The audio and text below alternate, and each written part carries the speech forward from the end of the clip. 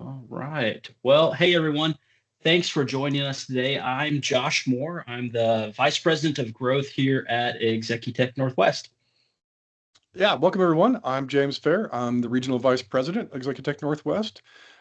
Josh and I work with businesses like yours every day, helping folks get the most out of technology while keeping your data secure. That's a really important part of what we do. So today we're going to talk about something that's already happening inside your organization, whether you realize it or not. AI is everywhere.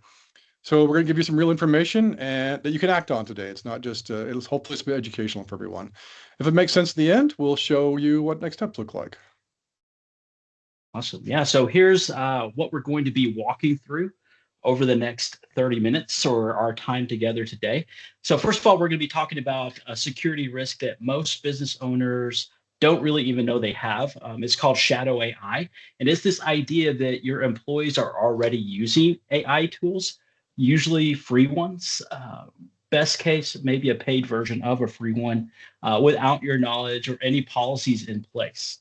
Secondly, we're going to be looking at the fact that even if you do give your team AI access, just handing out licenses doesn't mean that people will use them really well. So we want to talk through the adoption challenge, and we're going to talk through some methodology that can help in that area. And then third, we're going to give you a practical step-by-step pathway forward, not theory, not hype, actionable practical steps that you can take. So our aim today is that you can walk away with a clear framework to adopt AI securely, and at least have a path forward out of today.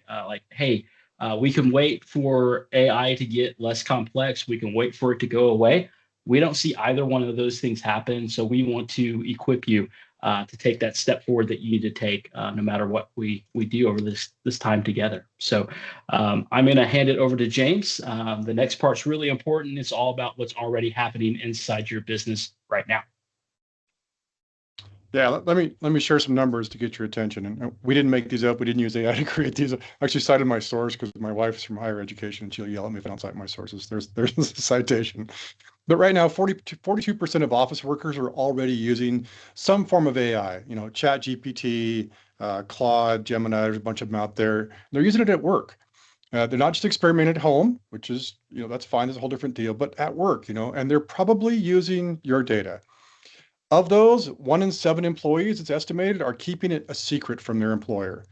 They're not telling you because they're like, yeah, I can really write email that well. I am that talented in my email messaging. Or they're afraid they're being judged, or maybe it's not okay in the environment, or they think they're gonna get in trouble, right? So, and here's the real kicker: 65% of them are using a free version. So they're not using a paid version. They're using the free tier of Chat GPT, for example. And unfortunately, a lot of folks are putting company data, from your employees, or typing it in there, and that's training the model. So that means potentially your company's sensitive information could be feeding someone else's AI. We'd like to believe that our employees aren't going to do that. Hopefully that they're not putting information that matters, that your intellectual property, HR data, things like that. But are you 100% sure, right? So as Josh mentioned, that's shadow AI. If you're thinking, that probably doesn't happen at my company, with all due respect, it probably almost certainly is. The data really just doesn't lie. We have a tool that we can install in environments to do it. I don't get too technical, but I'll call it DNS in case for the technical folks in the room. We plug it in. It does queries on DNS to see who's going out there and hitting free ones. And it is, for most clients where we run this tool, it's astonishing. They're like, I had no idea we're using that frequently. So you may remember, like, I don't know, a decade ago, there's a thing called shadow IT. For those that don't know, it's when employees started using like Dropbox and their personal email to share files, because frankly, it was easier than using the tools that we had set up for them at work. This is the same thing, the same pattern, the same risks, just different technology, really. So, why do employees go straight to these free tools? Pretty simple, really. They're curious. They've heard about AI. It's everywhere. It's hard to miss. AI is in everything we do now. LinkedIn, TikTok, the news, right? It's all over the place. Friends are using it. People talk about how they're using it at work. I certainly share with my friend how we're using it at work. And when they try it, it works. It's instant. No IT tickets, no approval process, no waiting. And the problem isn't their intention, right? They got the best intention in mind. Most employees are trying to be more productive. They're trying to be more effective. They're trying to have better crafted email messages. The problem is that nobody told them what's safe and what's not. So what does safe actually look like? It comes down to really about 5 things, and they're listed here. So business tier tools where your data stays private. That's super important. Clear policies. What can they and can they not do? What's okay to use? What's okay to put in there? That should all be, policy driven. Training. Are they trained on how to use it effectively? Do they know how to write a prompt that crafts the design that you want? And visibility for leadership. Do people know what's being used? Do the folks who are running the organization know how it's being used and what frequency, that kind of a thing? The good news is it's solvable. You don't need to ban AI. You need to manage it, just like you manage every other technology in your business, right? Nowadays we don't think twice about email or internet usage, but there was a time when we did. This is going to be very similar, I'm sure, in the AI world. So Josh, let's talk about what actually happens to data when employees type in these tools, if you don't mind. Yeah, absolutely. So what a lot of people don't realize is how AI actually works. So when you use a free tier tool like ChatGPT's free version, the data that you type in, so anything from your client list, financial data and information, proposals that you might be crafting, can be used to train the model. So that means that your proprietary information theoretically can show up in someone else's AI response. So if they query something that you are doing, theoretically, what you have done can show up in their response. Not ideal, not what we want. Now, with business tier tools, that changes completely. So your data then is walled off. It's not used for training. You can get administrative controls, compliance certifications, and then you can have basically access management. So you can determine who within the organization can use what pieces of AI. So the AI itself is actually the very same. The difference is entirely about data handling. What happens to your information after you hit enter? So think of it like email. So Gmail is free, but you're not going to run your business on free Gmail accounts. Or at least we hope you know. If you are, feel free to reach out to us. We'll help with that. But it's the same idea. Like, just don't do that. It's the same idea with AI. So I want to paint like a few. These are real. These are not hypothetical ideas. These are things that are actually happening in businesses right now. So I'll pick on myself first. A salesperson, very good intentions. They're trying to drive revenue for your organization. So they have this idea. They're going to take and copy your entire client database into a free version of ChatGPT to write personalized emails. Personalized emails are awesome. People love personalized emails. You get a higher open rate, a higher click rate. It's brilliant, but not great intention. Just one step that is missed is that the data now potentially lives in OpenAI's training set. So others can also gather that same information. So again, not ideal, not what we want to do. HR. If you happen to be like myself in HR liability, you might love this one as well. An HR director, they can upload salary data, performance reviews, and they decide, hey, let's test out that new AI tool that we saw on LinkedIn. No idea where the data actually goes. A buddy of mine, when AI first started being used at their organization, controls weren't in place. They were able to look up and find the CFO's salary. Not what you want to see, not what employees need to be accessing. Or how about when, and I mean, this doesn't happen, I'm sure, to you all. We never have employees leave, so we don't have to worry about this. But if an employee left the company, they take their AI knowledge with them. So the prompts that they've built, the workflows they've created, competitive notes that others might be able to use. Institutional knowledge basically just walks out the door with them if the controls aren't in place. Maybe you're in a regulated industry, healthcare, legal, or finance. So a compliance exposure is massive. A medical assistant, for example, can be using a free version of ChatGPT for patient follow-ups. Every time they do that, every single one of those instances could possibly be a HIPAA violation, and they can incur some serious fines.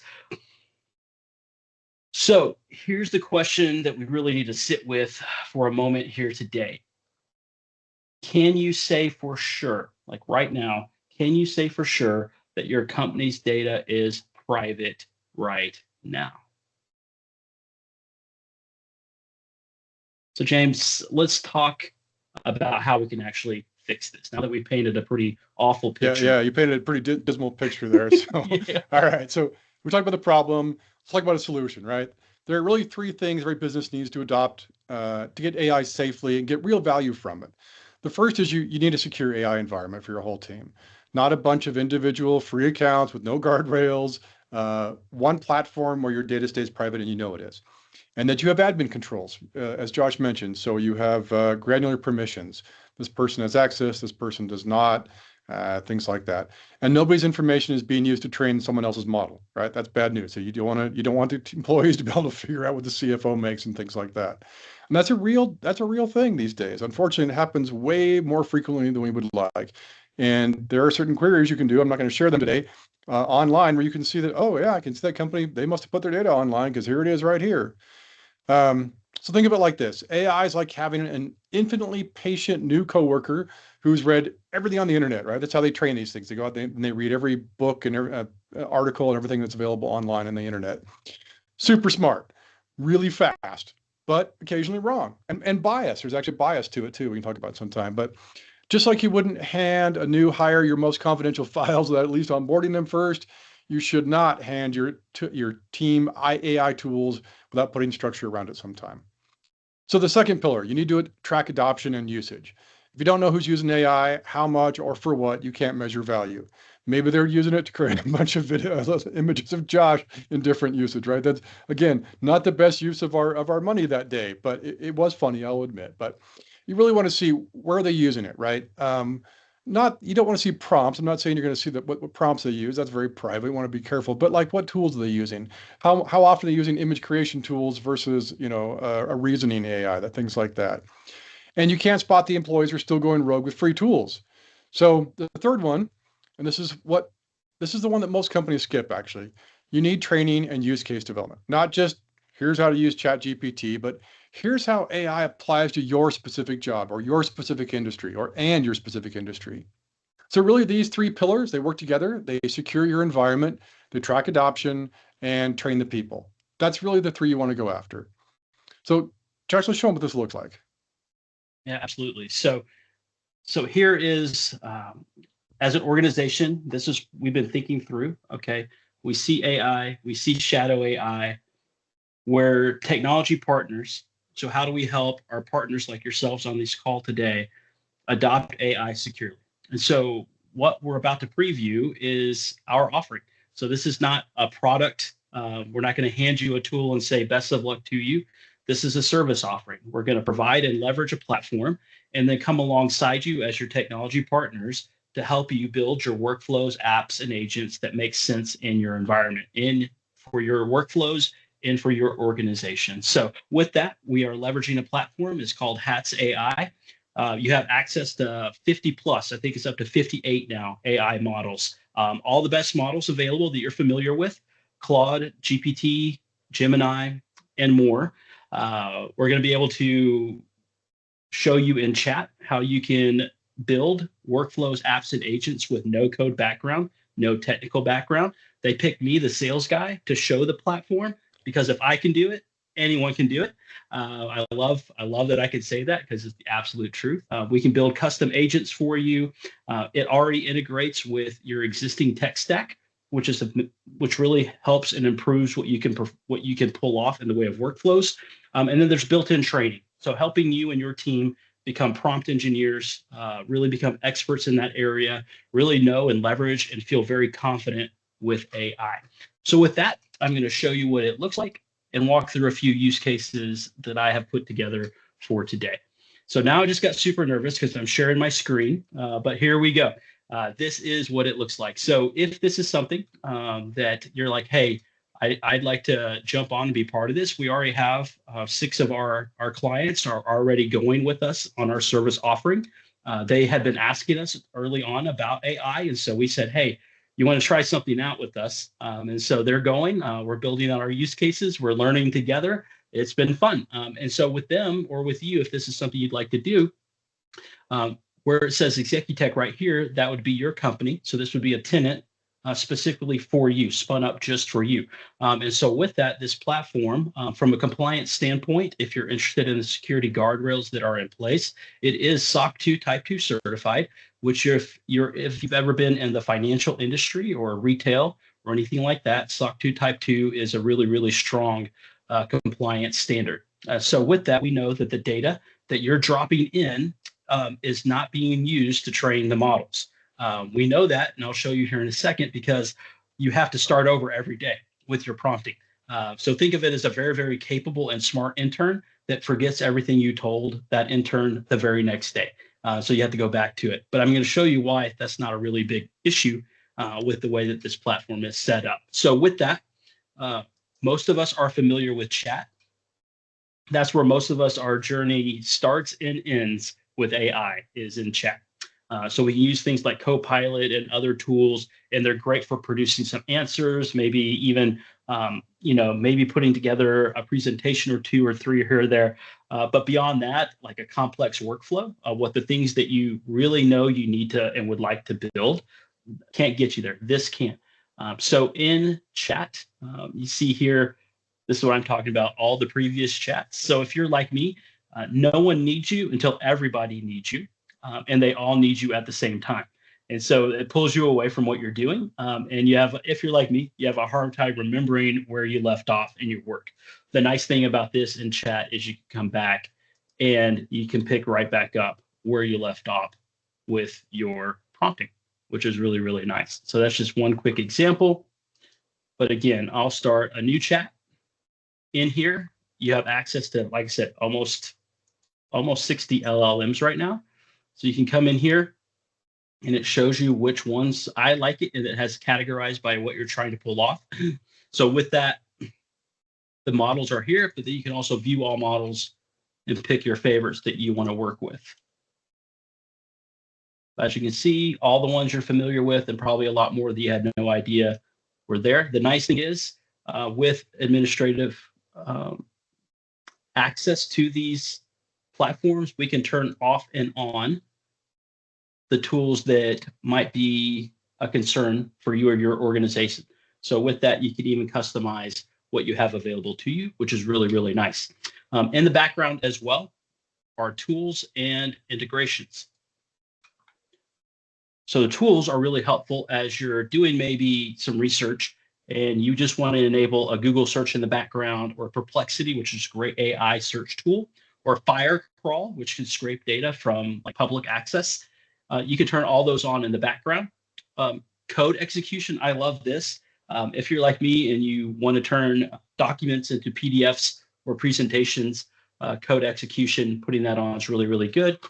A quick hack, if you want to build out your apps, agents, and workflows, just turn on the Hatch Workshop Assistant, and it'll start pointing you in the right direction and giving you step-by-step instructions on how to build what you want to build.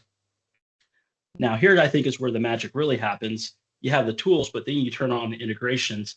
So like we mentioned, it will integrate with your Microsoft instance already, G Suite as well, maybe pieces of your tech stack that you already have, CRMs.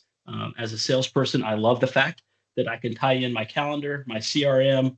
I can create agents, and I can get an email of my day sent to me at 5 a.m. It's just very top of my inbox. Here's your day at a glance. Here's all the meetings you have coming up. Here's all the notes, all the next steps that you need to suggest on those calls. Everything's organized in one spot. So it's kind of like having an executive assistant just handing me my daily brief, and it happens every single day. That one's already in the platform, and you can simply leverage a template that someone's built and make it your own, which is really, really nice. These are a bunch of other integrations. Personally, what I love is every Friday, new features are announced. So this platform is evolving. You're not investing in a static product. It's one that's very much continually improved upon. So always being developed, which is really, really important. So that's chat. Let me go through. I cheated a little bit, got some use cases up already. And all I did, and you can do this as well, we encourage people all the time, use AI for AI. So if you're like, what can I do? Just start typing in, hey, I'm in the property management space. what are 5 great use cases that will help me with my daily workflow? Or maybe you already know. What we encourage people to do in the crawl, walk, run methodology is think of 5 things in your day or in your week that you just like groan when you think about doing them. So the same thing you do every single time, they take time, map out your process and what it takes to do those 5 things, and then ask a really important question. Can I AI this? And then with that, you're able to free up time to work on the things that you really want to work on. So if you pick 5 things and it saves you 15 minutes per, you're already freeing up a good chunk of your week just right there. And that's where the training and the platform comes in handy. So training is built in. You'll see the learning portal right here. And so with that, when you come in and open that, it'll look like this. So it's self-guided. So the team, for adoption purposes, you'll start with your champion certification. That's the basics, like how do you spell AI? And then with that, you can learn how to become an expert prompt engineer, which is really, really awesome. From there, you move to the Navigator coursework. And again, it's self-guided, but this is where you learn how to build your workflows, how to build your apps, and how to build your agents. So you too can do this. And then AI quick skills, since AI is ever developing, the platform's ever evolving. Think of this like your professional development. You can jump in, do a 5-minute course here or there to stay sharp. So that's built in as part of the service offering itself. And then with that, you can come in and find different use cases. So this one, again, this is from the property management space.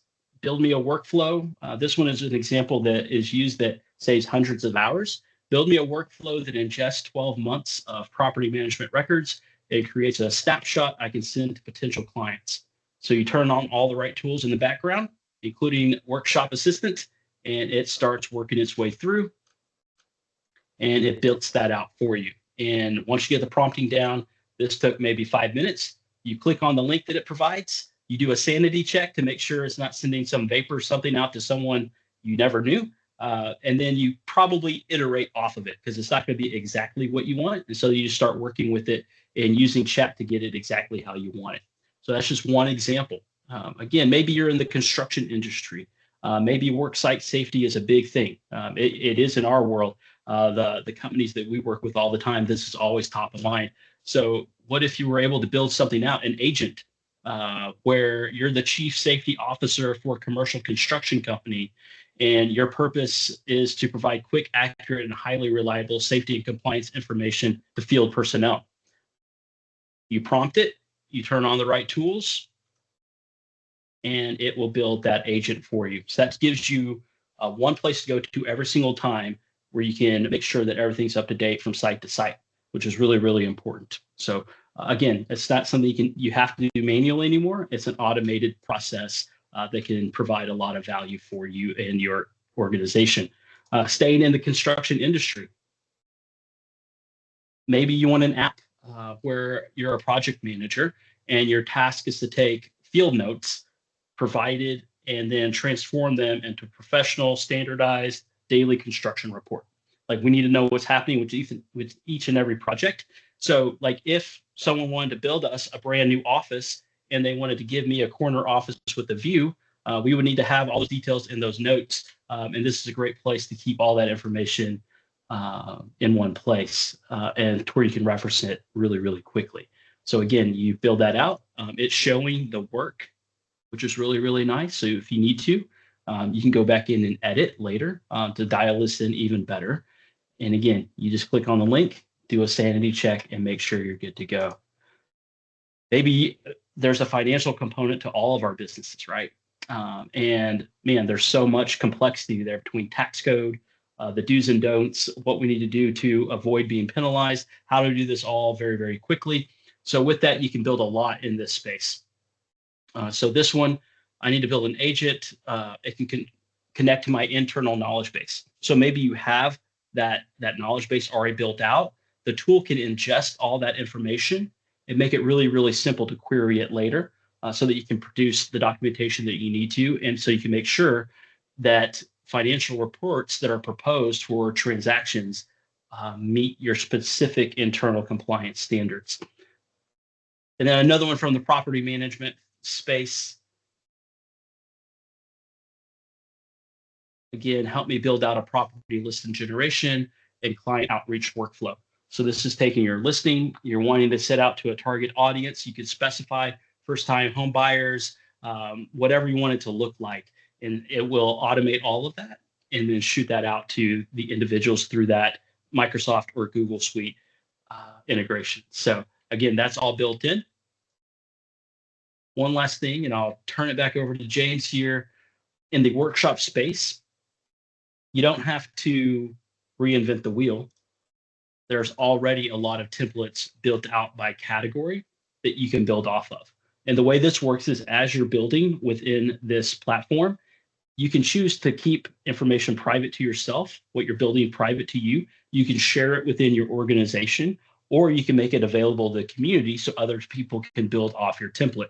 And that's what you see here are the various templates that are already in place. So HR, there's a bunch of templates that are already there. Operations, I'm going to be brave and I'm going to pick on HR again. I got a lot of emails from them earlier today. So it wasn't a bad thing. I just crossed over the year mark. I just want to clarify, like, what's wrong with this guy? Why is he on this webinar? No, I just passed over. I'm like just started day 1 of year 2. So that's all that was about. But you can see here, there's just a lot of things in there, HR agents, HR experts, to where if you have like policy manuals and things like that, you can ingest all that information and employees can ask without having to ask. And so I can ask like, hey, how far in advance do I have to ask for PTO? And the answers will come back out of that manual. So a lot of those things are already built in, which is really, really nice. So again, this is not a platform.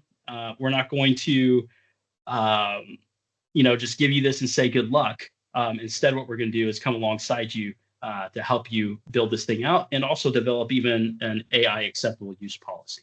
So that's the platform. That's what we're trying to do. So I'm going to turn it over to James. Yeah, we're out of time, but so I'm going to steal away from you. Sorry. So let's go. One of the biggest, I'm going to do a little education here before we wrap it up. So one of the biggest mistakes companies make with AI is trying to go from 0 to 100 overnight. That really doesn't work. What does work is meeting your team where they are. So Josh talked about this a little bit, he alluded to it. Use a crawl, walk, run framework. Crawl is where most people start. You start with chatting with AI, you try different models, right? Because not every AI is the same. GPT is great for something, Claude for others, Gemini for others. You take a quick 60-minute AI certification that gives you the fundamentals. You try some pre-built workflows, things like that. This is just kind of the just get started phase, low risk, high learning.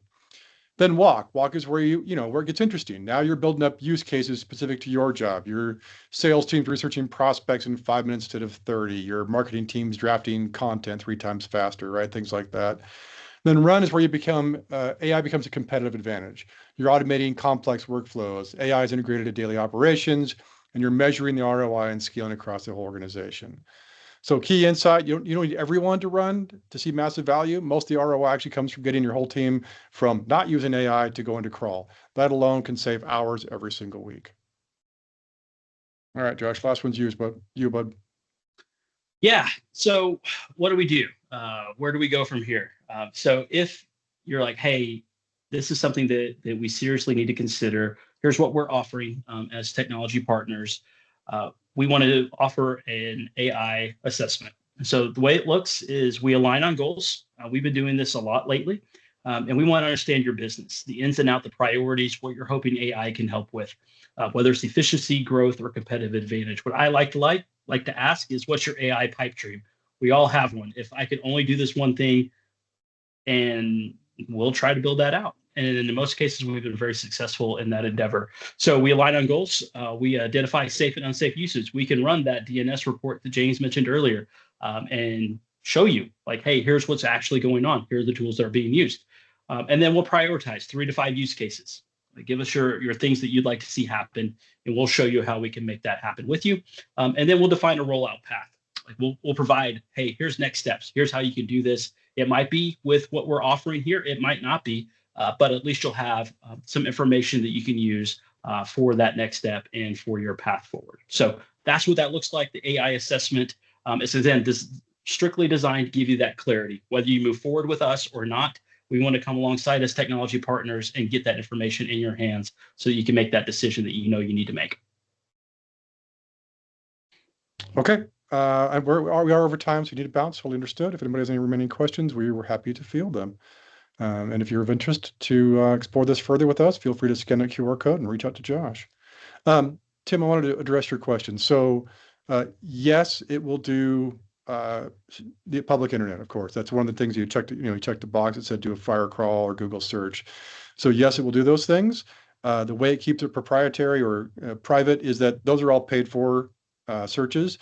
And so your prompt then it goes into their system, and that system then has a paid account with whatever LLM you're using. So it's agreed to do private through that as well.